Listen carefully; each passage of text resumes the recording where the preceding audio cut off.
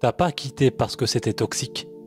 T'es juste jamais resté assez longtemps pour aimer vraiment. Celle-là, tu l'entends souvent. Je peux plus. C'est plus comme avant. On n'est plus sur la même longueur d'onde.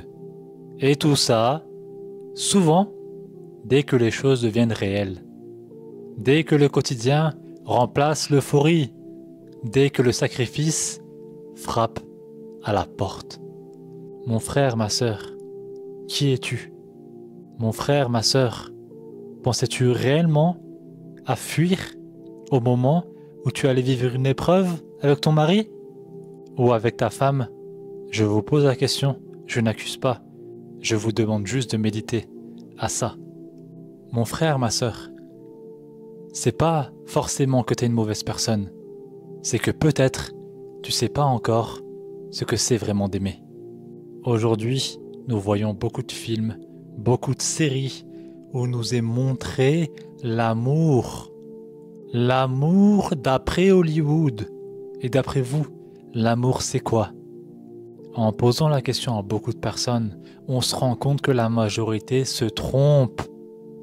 Pour la plupart d'entre eux, l'amour, c'est l'euphorie. Avant le mariage, les débuts du mois du mariage. Quelle erreur! Quelle erreur! C'est absolument faux. L'amour, le vrai amour, c'est celui que l'on construit petit à petit avec des efforts constants. L'homme qui a vécu avec sa femme pendant 20 ans, ils ont eu énormément de difficultés dans leur vie et les ont surmontées à deux. Il voit sa femme comme le plus belle des choses au monde. Sa femme l'a soutenu, sa femme l'a écouté, sa femme l'a réparé et l'a élevé. Cet homme voit sa femme comme la plus belle des choses au monde et il n'arrive pas à imaginer vivre sans sa femme. Et l'inverse est pareil. Un homme qui a utilisé la patience face à sa femme, qui a écouté sa femme, qui a aimé sa femme, et 20 ans après, malgré les difficultés, malgré la fatigue, ils sont tous les deux accrochés comme on accroche un arbre au sol, fidèlement avec ses racines.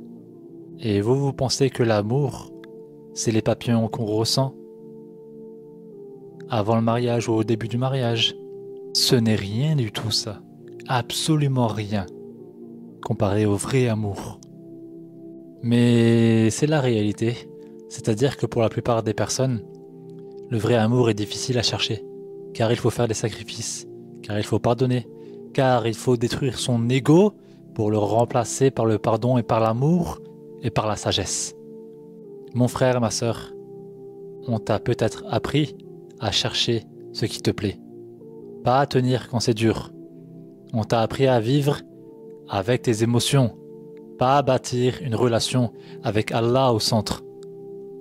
Allah dit dans le Coran, dans la sourate Ali Imran, le verset 92, on ne peut acquérir la piété qu'en donnant sur ses biens les plus chers. Quelque charité que vous fassiez, Dieu la connaîtra. Et c'est ça l'amour réel. Donner, même quand c'est difficile, même quand c'est cher. Dans le mariage, on reste, même quand c'est pas très confortable. On porte, même quand on est fatigué. Le prophète, sallallahu alayhi wa sallam, a dit: le croyant est pour le croyant comme l'édifice, dont une partie supporte l'autre. Alors le prophète, sallallahu alayhi wa sallam, a joint ses mains avec les doigts entrelacés en disant cela. Mais aujourd'hui, je le répète, beaucoup ont confondu l'amour avec l'euphorie. Ils pensent que quand ça tremble, c'est fini.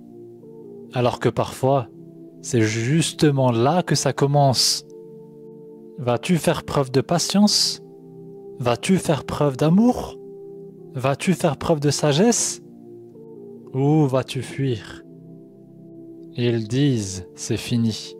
Dès que le sacrifice commence, parce qu'ils n'ont jamais appris à aimer, ils ont appris à consommer. Peut-être que t'es pas toxique, peut-être que t'es pas lâche, mais t'as juste pas appris que l'amour, c'est pas un confort, c'est une école. Tu peux pas viser un lien fort si tu fuis à chaque faiblesse, si tu ne veux jamais construire ce lien fort. Tu peux pas espérer un amour profond si tu le quittes à la première tension. Alors demande-toi sincèrement, est-ce que je suis là pour construire ou juste pour ressentir? Parce que la différence entre consommer et aimer, c'est que le consommateur s'en va quand ça coûte. L'amoureux sincère, lui, il s'investit. Eux, ils appellent ça trop compliqué. Nous, on appelle ça un magnifique sacrifice.